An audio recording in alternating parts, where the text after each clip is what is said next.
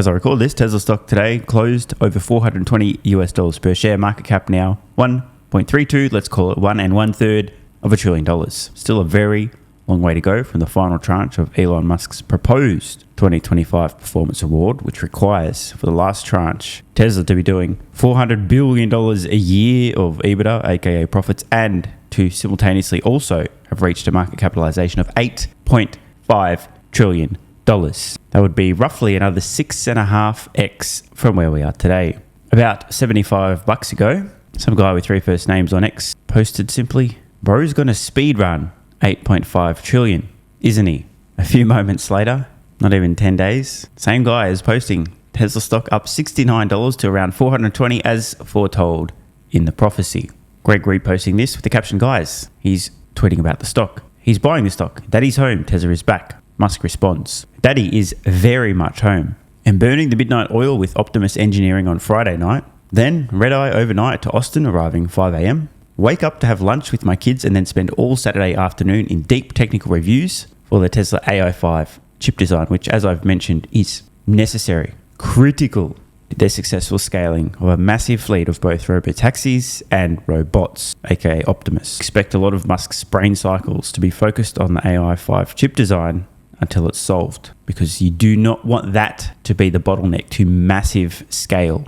He continues, "Fly to Colossus 2 on Monday to walk the whole data center floor, review transformers and power production." He adds, "Excellent progress being made. Depart at midnight." Then, up to 12 hours of back-to-back meetings across all Tesla departments, but particular focus on AI and autopilot, Optimus production plans, and vehicle production and delivery. Now, I'm not one to kick a Tesla fanboy rage beta while they're down. Yes, I am actually.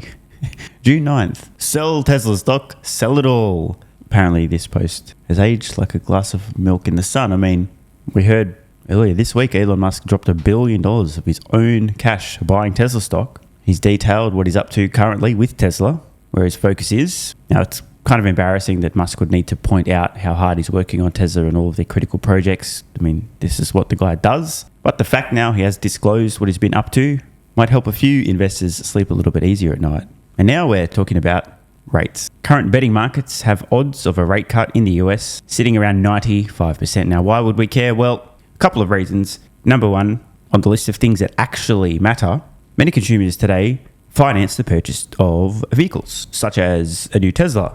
And with interest rates having increased in relative terms at an unprecedented rate, no pun intended, after the scamdemic, the futile, fascist, inhumane shutdowns, and then the insane financial stimulus, rates went from close to zero and increased many times over. It's never happened before.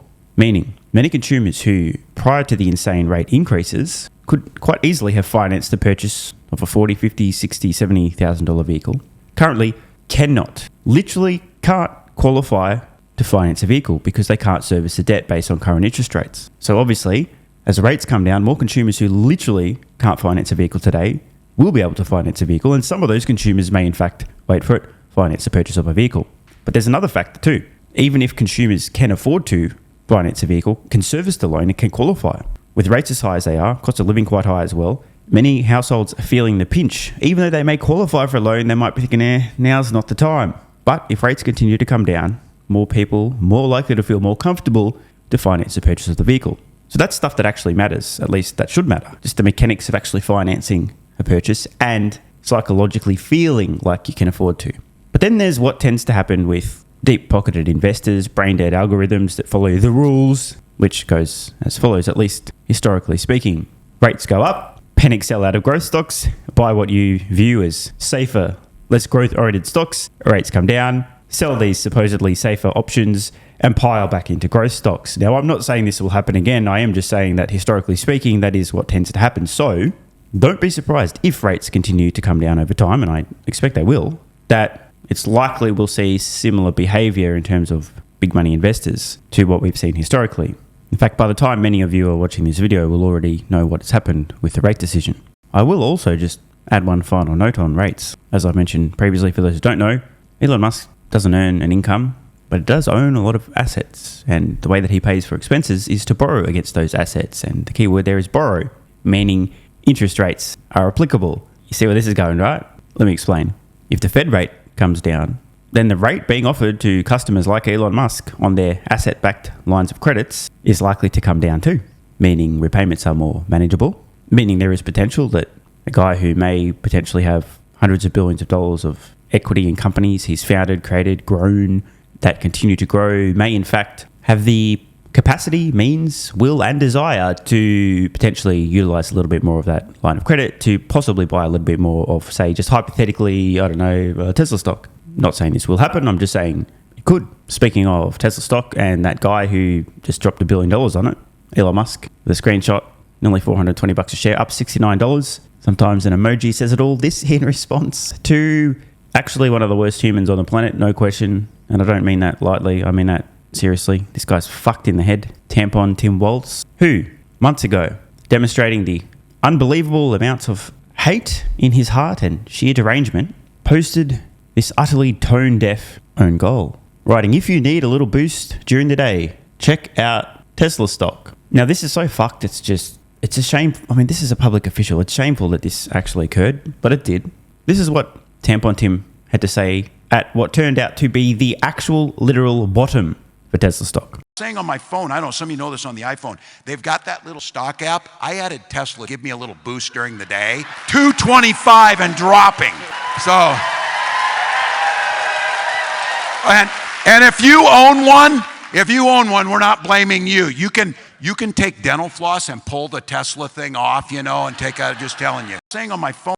Imagine being a US public official, a governor, anyone in fact, in a public-facing role in the US, let alone a government employee. Imagine celebrating so brazenly and openly the declining stock of a US company that employs many tens of thousands of US citizens. To be celebrating this in public, shamelessly, utterly deranged. This, by the way, from a guy who himself actually owns no meaningful assets, no real estate, no stocks, no equities, nothing. How can you be an American citizen, land of opportunity, age of Tim Waltz, and have not accumulated any assets along the way? What a useless man. Also, just wanted to share some thoughts that I recently posted on X about Tesla's potential investment in XAI, which shareholders will be voting on soon. Well, by the way, I'll let you guys know when the proxies go out and you can actually vote. But I posted this and I wanted to share it for those who missed the post on X, where I said how I would like to see Tesla invest in XAI. And this, of course, is the dream scenario. I'm not saying this is realistic or viable, but this is what I'd love to see if I had a magic wand. XAI gets exclusive access to Tesla's real-world data stream. In exchange for this, Tesla gets 6.9% ownership stake in XAI. Both parties agree to close collaboration and technology exchange in the future. No cash involved. Now, this is my ideal scenario. Whether it's realistic or possible is another matter. And it's important to note that the current and future value of Tesla's real-world data stream is enormous. And importantly, this real-world data is an essential ingredient for artificial general intelligence. Having exclusive access to this data stream and for both parties to agree to closely collaborate and exchange technology in the future enhances the value of this exchange many times over.